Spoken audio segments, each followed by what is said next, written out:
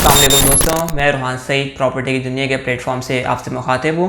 दोस्तों, कभी भी अगर आप मकान लेने जा रहे हैं या कभी भी कोई रिहायशी मकान या प्लॉट लेने जा रहे हों, तो इन चीज़ों का ख्याल रखना चाहिए क्योंकि ये आपकी ज़िंदगी भर की जमा पूंजी ख़ास तौर पे इस पर आपकी लगी हुई होती है।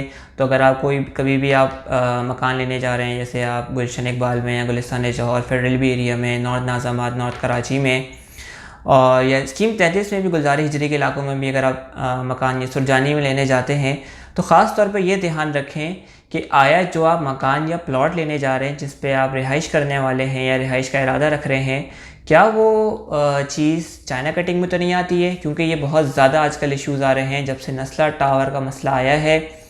तो बड़ा ये प्रॉब्लम आया है कि जो भी अक्सर मकानात लोग लेने जाते हैं, तो वो देखने में जब वो लेने जाते हैं तो मार्केट से थोड़ी कम कीमत में मिलते हैं, तो लोग उस पर फ़ौरन उनका ध्यान जाता है। और जब तहकीकात की जाती हैं, जो लोग तहकीकात करते हैं, तो बाद में पता चलता है कि वो चाइना कटिंग के प्लॉट्स हैं।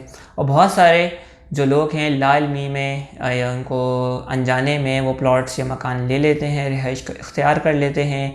जब वो रिहाइश के एक अरसे के बाद उनको नोटिस आता है KMC की तरफ से या किसी भी इदारे की तरफ से, तो उनको उस वक्त पता चलता है कि वो जिस चीज़ को लीगल समझ रहे थे चाइना कटिंग है, और वो फिर उस वक्त उनकी पैरों तले ज़मीन निकल जाती है। तो मैं आज आपको अपनी वीडियो में मैं काफ़ी सारे आपको एक आइडेंटिफिकेशंस और तरीके बताऊंगा कैसे आप किसी भी आप चाइना कटिंग की चीज़ को पहचान सकते हैं, और उसको आप लेते वक्त इन चीज़ों को अगर आप ध्यान में रखेंगे तो इंशाअल्लाह अल्लाह के हुक्म से आपको बिल्कुल आप धोखे से महफूज रहेंगे और इस तरह के फ्रॉड से आप बच के रहेंगे।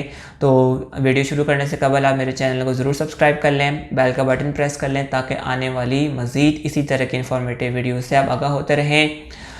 तो दोस्तों, सबसे पहले तो चाइना कटिंग का रिवाज तकरीबन समझ लें कि आज से 15 साल 20 साल पहले से ज़रा ज़ोर शोर से शुरू हुआ, और तकरीबन आज से 5 साल पहले 4 साल पहले तक ये बड़ा ज़ोर शोर से जारी रहा। यहाँ तक मतलब जब तक चीफ जस्टिस साहब ने नोटिस लेना शुरू किए हैं, उससे पहले तक चाइना कटिंग के बेइंतहा प्लॉट नालों के साथ, मस्जिद के ऊपर चाइना कटिंग के प्लॉट्स, पार्क की ज़मीन पे, एमनिटीज़, हॉस्पिटल, स्कूल, कोई जगह इन इलाकों में मैं आपको जो नाम ले रहा हूँ, फेडरल बी एरिया हो, गुलशन हो, जौहर हो, नाज़ामाबाद हो, नॉर्थ नाज़ामाबाद हो, सुरजानी हो, आपके पास बहादराबाद के इलाके हों, PCHS हो, तो कोई इलाका छोड़ा नहीं गया।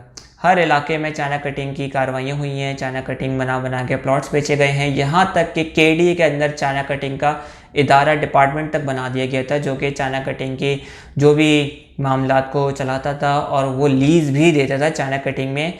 मास्टर प्लान को टेम्पर करके वो प्लॉट जो पार्क के थे उसको आधा पार्क ख़त्म कर दिया या पूरा पार्क ख़त्म कर दिया, उसमें वो मकानात बना दिए। 80 गज़ की कटिंग, 120 गज़ की, 60 गज़ की कटिंग, चाइना कटिंग की ज़्यादातर ये 3 तरह की कैटेगरीज हमें नज़र आती हैं।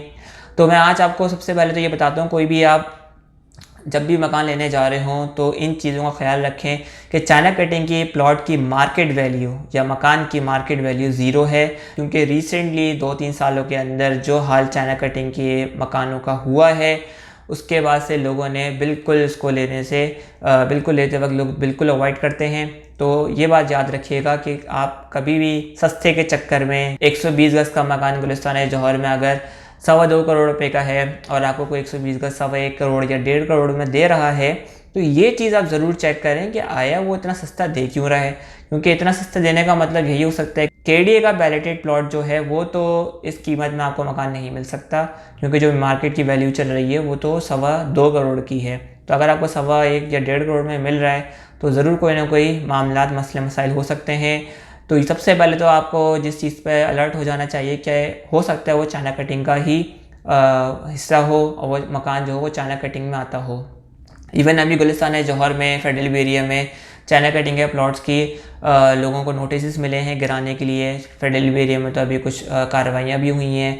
अभी जब ये नाले का जो काम हो रहा था, जो नालों के जो अभी पूरे एक रेनोवेशन हुआ है या पूरे एक रिवैम्प हुआ है, उसमें भी बहुत सारे चाइना कटिंग के मकानात को गिराया गया है।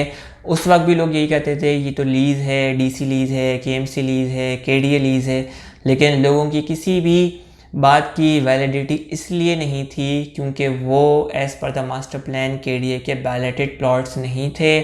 बाद में वो डीसी की लीज़ या केएमसी लीज़ या मास्टर प्लान में छेड़छाड़ करके केडीए ने वो प्लॉट निकाले थे, जिसकी वजह से उसकी लीगल वैल्यू नहीं थी। तो इसमें आपको पता है पाकिस्तान में रिवाज यही है, करता कोई है भरता कोई है। अनफॉर्चुनेटली बहुत अफसोस के साथ यही बात है, लेकिन जो रह रहा होता है उसका ही सबसे ज़्यादा नुकसान होता है। मिसाल सबके सामने नस्ला टावर की है, सिर्फ 300 गज के एक्स्ट्रा लैंड की वजह से नस्ला टावर पूरा का पूरा गिरा दिया गया था। दूसरा ये कि ज़्यादातर चाइना कटिंग पार्क की ज़मीनों पे हुआ है, मस्जिद पे हुए हैं। मस्जिद इतनी सी आपको नज़र आएगी, पूरे पीछे आपको 120 गज 80 गज 60 गज की मकानात की कंस्ट्रक्शंस नज़र आएंगे, लोग रिहाइश पजीर नज़र आएंगे।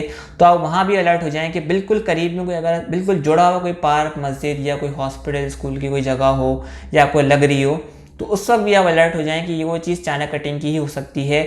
और साथ साथ तीसरी बात, अगर आप उस ज़्यादातर ये मैंने अक्सर देखा है चाइना कटिंग में कि गलियों की जो विड्थ होती है, चौड़ाई होती है, वो भी बड़ी एक आउट होती है। गलियों की डायरेक्शन भी समझ नहीं आती, कभी गली मुड़ जाती है, कभी लेफ़्ट जाती है, कभी बीच में से कोई एक रास्ता मिल जाता है।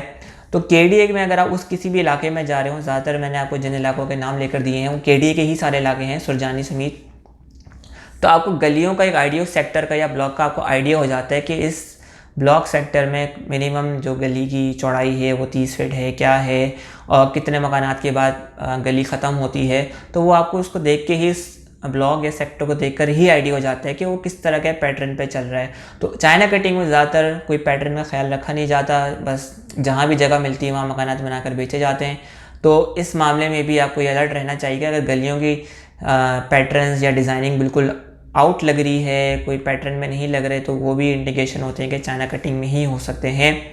और तीसरी बात ये है कि ये आप ज़रूर चेक कर लें करीब में बिल्कुल कोई नाला वगैरह तो नहीं है, क्योंकि अक्सर यही होता है चाइना कटिंग में, मेजॉरिटी केसेस में यही रहेगा नालों के साथ की जगह में 2-3 गलियाँ एक्स्ट्रा बनाकर चाइना कटिंग के तौर पर बेची गई हैं।